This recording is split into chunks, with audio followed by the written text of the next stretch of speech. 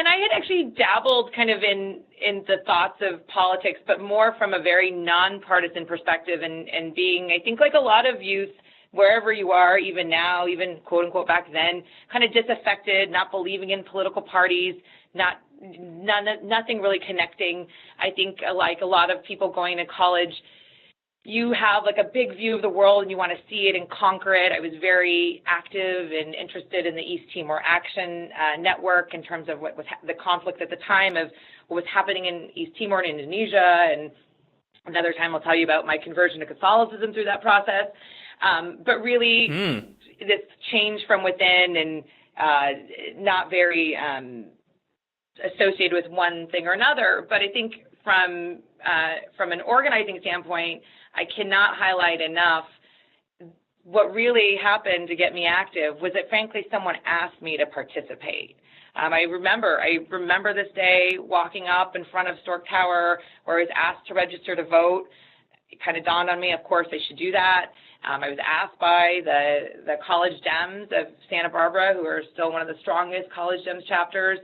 And the story goes from there. And so it's always such a good reminder to myself that those little things matter. If that one person hadn't stopped and asked me, right, if they hadn't taken the time to table and really push kind of civic engagement, just even in general sense, that wouldn't have happened. If I hadn't registered to vote, I wouldn't have been on the list, so that weeks later, unfortunately, when Walter Capps, our congressman at the time, passed away, and there was a decision for his wife to run and kind of everyone rallied around that, I wouldn't have been invited to do that part.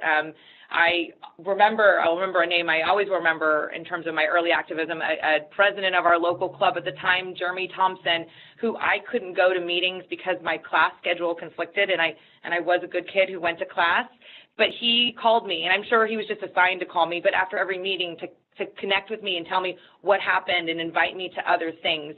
It was really, as I look back, all those little items that people and investments really that people made in me that made me kind of believe that I could be an activist. Because again, looking at, I think, a very typical suburban, again, probably more Asian in the sense than not, family life, politics was not something that I was supposed to do, right? I'm supposed to go, I'm supposed to study, I'm supposed to then go get an advanced degree and do something and make money, right? I mean, be a doctor, be a lawyer, probably be a lawyer, because even then I was really talkative and asking questions all the time.